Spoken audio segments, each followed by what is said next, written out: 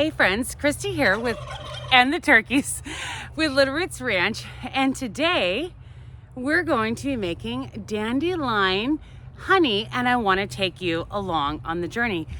Obviously it is not real honey or infused honey, but making a product using dandelion and items that a lot of us already have to make something that is really comparable to honey, tastes amazing, and is also kind of fun to make.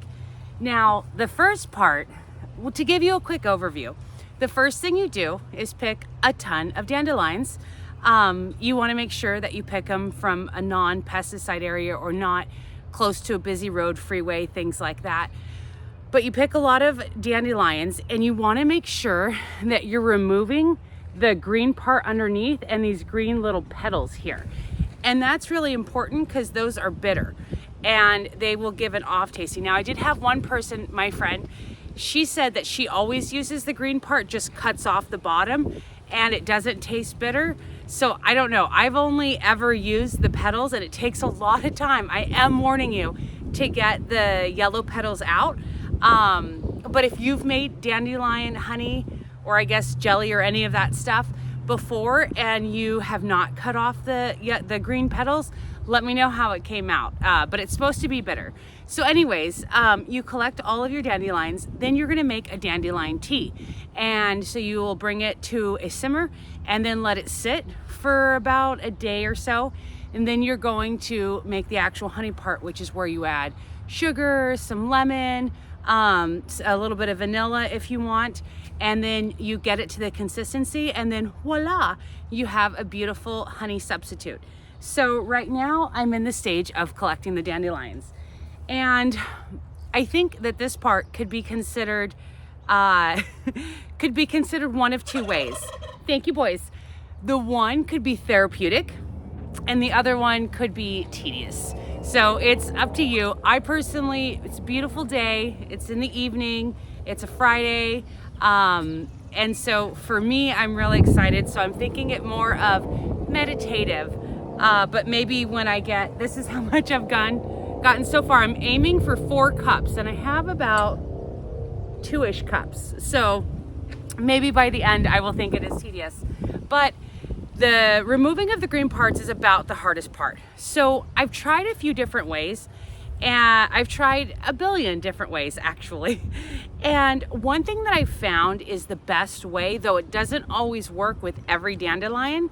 And I am certain, because I am on camera, that like if I do a few, that they will not turn out how I think they should. So whatever. But kind of what I found is the best way is to take the dandelions and then you kind of like pull everything up, like, but gentle. And oh, actually I gotta use my right hand, better with that hand. And then you kind of like twist it so that you have most of the yellow, but the green parts come out. And then I dig my thumbnail, which is why it's all dandelion colored, into the bottom and try and pop them out. This one didn't go as well, as you can see. So I will set that aside. I figured it would go like that because I was filming. But let's try one more and hope that, what's it called? And hope that it goes smooth for me. If not, you'll get the point, because I'm sure it'll do it when I'm not on camera. And then I'll show you another way of, I kind of alternate just to kind of, okay, so fingers crossed for this one going smooth. Okay, so again, I rub my hands, kind of trying to get the yellow ones and not the green ones, like so. I mean, I a little bit have the green, but not exactly.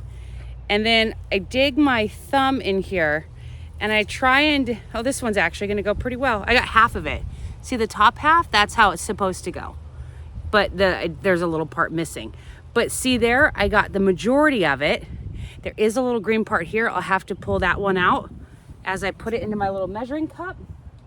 And then I come back and take the rest of the dandelion out. And then, oh, actually this one would be a good one to show for that. The other way that I like to do it is take your dandelion And then I run my nail across the bottom here and I gently peel off. Sometimes I get the yellow ones and so I'll just pull them off and put them in my cup.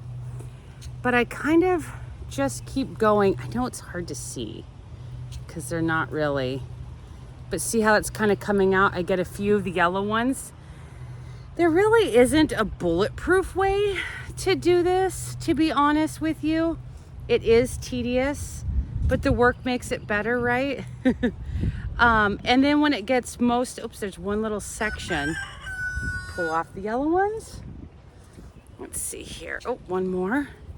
And so for the most part, if you look at the bottom, I've kind of, except for that little piece, but I've mostly skimmed off all the green parts. And then it's easier to take it in my hand and then just use my finger to help pinch it off. And then I have everything right here. And then I kind of open it and just see there was one little green thing. But anyways, so this is kind of the tedious part of the dandelion picking.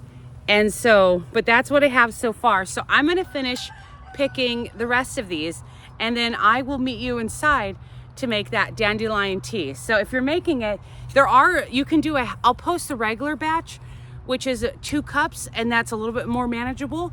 But my friend just had shoulder surgery, and so I'm making some for her, so I'm doing 4 cups. But though I might be regretting it now because I'm at 2 cups. But all right, to keep going. See you in the kitchen. Okay, so we're inside the kitchen and I'm losing light fast, but that's okay. So making the honey is actually a 2-day process, but it's not active 2 days. And so what I mean by that is, so I picked the actual batch is 2 cups of dandelions and 2.5 cups of water, but I made a double. My hands have dandelion stuff all over them. So I've got 4 cups of dandelions and 5 cups of water. And so all I'm gonna do is take this saucepan, and I did rinse these. I put all of my dandelions in, making sure not to miss any because we worked really hard for that. Put the camera down a little bit more. Let's see. Okay, so I got the dandelions in. Then I'm gonna go ahead and put the water in, a pre-measured, because, you know. And then what you're gonna wanna do is turn the oven on, and you just wanna bring it to a simmer. Oops, I missed a little green piece. You just wanna bring it to a simmer, and then you want it to sit for 24 hours. And that's how you make your tea. Afterwards, we'll do the straining and all that. So all I'm gonna do, I got my 2 cups of dandelions, my 2.5 cups of water, technically doubled, but in here, and so I'm gonna bring it to a simmer and then just set the lid on it and set it aside. And tomorrow evening, well, in 2 minutes or 30 seconds on this video, but I'm gonna come back and that's where the magic will happen. So see you soon. Okay, so for me, it has been 24 hours. And so this pot still stands where it was, where you saw me leave it yesterday. And so as you can see inside there kind of is the tea, which is the petals, the dandelion petals, and of course the water that we put in yesterday and then let steep for 24 hours. So the next step is I'm going to skim out all of the dandelions. And so for me, I'm using a fine metal sieve, whatever. What's that fabric called? The cloth. Cheesecloth can also be used, or anything like that. And then I will be returning the liquid back to the stock pot or to the saucepan. But I'm also going to be adding my lemon, my vanilla, and my sugar, all from Costco. They're really big sizes. But anyway, so let me show you that. So the first step, I'm really excited. The first step is to pour everything in. You can probably bring it closer here. I think it's probably your best view. And so first comes the water, and then comes all of the pulp, flower petals, whatever. And I'll set that aside. And I had just washed my hands, but you want to make sure that you get all of the flower essence out of here. And so you're going to want to really press it. I don't know if you can see, it's a good amount of liquid that's still coming out. Oh, it smells really good. And so just kind of pushing that. Let's see here. See, it kind of creates a thing here. Oops. Just got some spilt it everywhere. Apparently be more delicate than I am. But getting every last drop out. Let's see here. Looks like that's about it. Okay. Then you have a hamburger patty. No, I'm just kidding. So I'll set that aside. And I'm just rinsing out the saucepan that I had just used because it had a few petals in it. So I rinsed that out and I checked to see if any petals made it through, and they did not, which is good. And so what I'm left with is this beautiful yellow colored honey. It smells very floral and fresh. So I'm gonna go ahead and pour it back in here. Okay. And then as a reminder, I am making a double batch. So for this one, for making a single batch, you would do 1 tablespoon of lemon. Now I'm gonna do 2. Oops.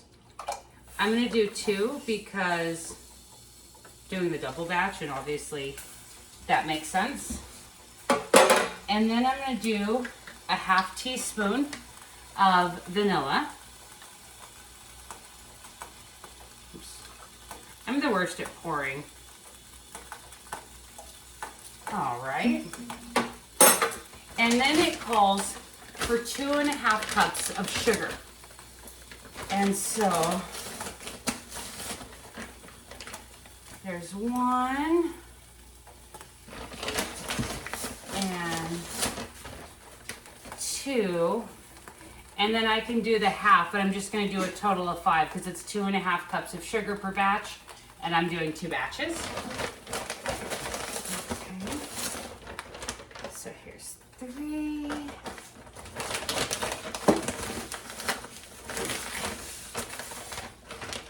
And 4. And 5. All right. And I'll set that aside.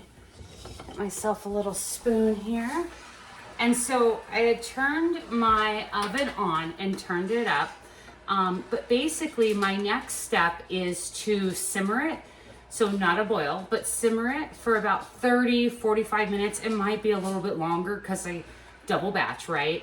But ultimately it's not necessarily by like a timer you set, though a timer is a good idea of when to start paying attention. But what you're looking for is what consistency of honey you would like. And for most of us, that'll be a little bit on the thicker side. You're not gonna get thick unless you boil it down or simmer it down a lot. But one way to test that, because the thing you have to be careful about is when the liquid's hot, and this goes for jam or any liquid that you're boiling down or reducing down to make a solid, if it's hot, it's not going to show its true essence.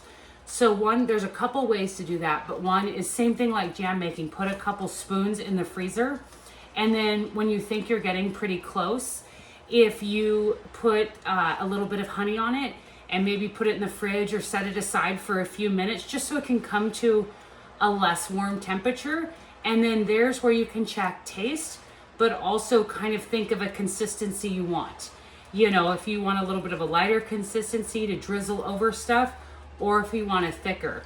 But so basically, I'm just gonna kind of clean up the stuff that I just used, and I'm gonna stir, occasionally, and I'll bring you back in about maybe between 30 and 45 minutes to check on it. And then I'll bring you back again to show you the test to see kind of consistency. And then we'll bottle it up and all that stuff. So see you in just a second. Okay, so with the double batch, it took just about an hour, though I did have my temperature lower for a more significant time because I was doing a bunch of other stuff too.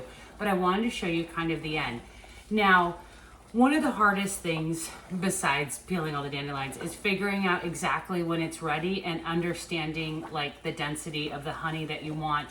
And just like in jam making, the liquid, really hot liquid temperature is always going to be different than the cooling temperature. So that's where, like jam, you get the plate test, the spoon test, and things like that. So another option is to use the candy thermometer. And I know that not everybody has a candy thermometer, so I'll show you both of the ways. And I'll give you an idea of what it looks like right now. So this is, let's see, oh, there we go. So this is what it looks like. If I don't stir it, it kind of doesn't bubble, but it's like underneath the sugar. And so if I stir it, it starts bubbling. And so I've been stirring, of course, at the end, getting it, I'm sorry. It's not flat, it's gonna drive me crazy.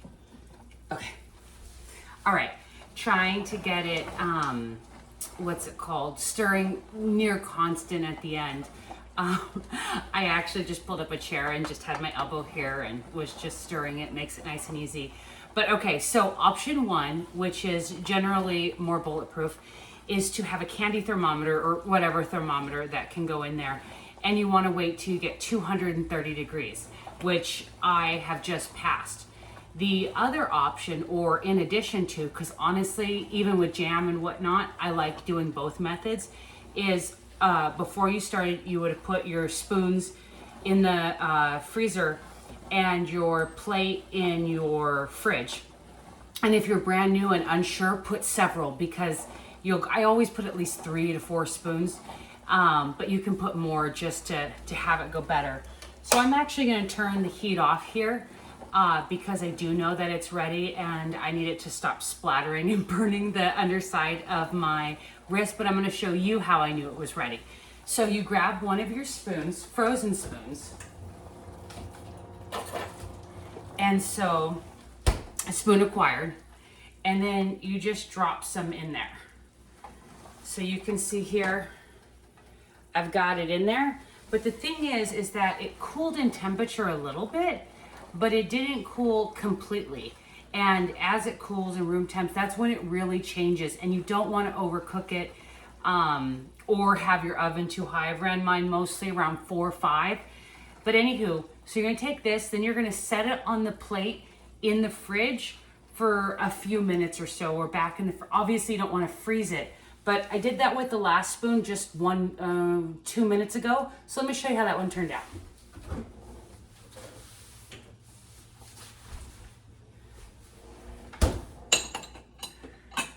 Okay, so this is the spoon that has been in my refrigerator for a couple minutes. Actually, probably like 3 minutes. So here is where we can gauge what the honey's gonna look like and how it's moving. And so you can even do the pour and kind of see kind of what consistency. It isn't real honey, of course, and so there's naturally gonna be a thinner consistency to it. And then of course, as it continues to set up. But also one thing that's interesting is that honey from the bees is also pretty liquid. So it's kind of figuring out what you want. It's not going to be as thick as true honey because we're not bees. But to give you the comparison though, this is honey from my actual bees. And if you look at it, let's see here. If you, not really conveying it well, but if you look at it, let me grab a fresh spoon and give this a quick stir. Okay. If you look at it, see how it dribbles off pretty easy? and it has more of a liquid, kind of a liquid body. Now again, it's not going to be as thick. Best part of this video was looking at this honey spoon. Oh, that's good. But then you can kind of see in using your spoon and what temperature or what kind of thickness that you like, understanding that it isn't, you're not going to get it like where it's jelly and super, super thick or whatever. I guess if you continue to cook it down, but you'll probably scorch the sugar before that. But either way, the dandelion honey is absolutely delicious. It's amazing vegan option. It's something I probably should have said at the beginning, or just a little something to make in the spring or whatnot. I always want to add the caveat that the nectar in dandelions are an essential food crop for the bees. And you want to make sure that, depending on your situation, but just being mindful of like ethical harvesting and stuff like that. Here next to me, we have like a 20-acre dandelion farm. It's not a literal dandelion farm, but it is a farm, an untouched farmland that is in dandelion, like it was cultivated. And so I'm pretty good. I also have so many of the lilacs and the fruit trees and all that stuff. So I'm pretty good on natural sources for the bees, but I just wanted to say that. But anyways, I'm gonna fill up one jar just to kind of show you the process a little bit. And yeah, so let me set this aside. Actually, I'll just leave that on there. Okay, so let me grab my jar. So I have, this is a half pint, and I have had this sitting in some hot water to kind of get it closer to the temperature of the honey. And then I have a ladle, any spoon will work, and I have a canning funnel. This makes your life much, much easier. For this, the best way is just to go ahead and fill it up, and you can store it in the fridge or whatnot, and it should keep for, I don't know, I've always used it for a really long time. I've looked it up, and I've seen anywhere from several weeks to 6 months to a year. Like anything, you just want to kind of keep an eye on it, but the sugar content is really high, and it does have the lemon juice. But anyway, so I'm going to take this, and then, okay, I use a paper towel just because it'll get hot really fast. And then I'm going to start filling it with delicious honey. Oh, I'm so excited. I can't wait. I also plan to sell a little bit of this at the farm stand. So it'll go great with the strawberries coming in. All right, let me set this in the next one. All right, burn my hands for just a second. But look at that beautiful golden honey. Again, it is hot, so it is more in a liquid state, but it looks absolutely gorgeous. Here's compared to the true honey. But yeah, anyways, I hope that you have liked the recipe and that you love the dandelion honey, and it's just a little something to do in spring, and delicious on toast and all that stuff. If you made it, let me know how it turned out, or if you have any tips or anything like that, especially if you've made it without peeling off obviously the bottom part, the green bottom part, you always have to cut off. If you've made it with like some of the side green petals, let me know. Or if you've added anything else. I've heard of using orange instead of lemon, like orange slices, for kind of a different flavor, or using herbs and stuff like that to kind of give it a different taste. And you can use this honey any way you would regular honey. Marinade, dressings, in tea, on bread, anything you like. But anyways, if you made it this far, thank you so much for watching. I hope you love your dandelion honey, and I need to make more things with dandelion. But thank you for watching, and happy canning, happy gardening, happy dandelion. Bye.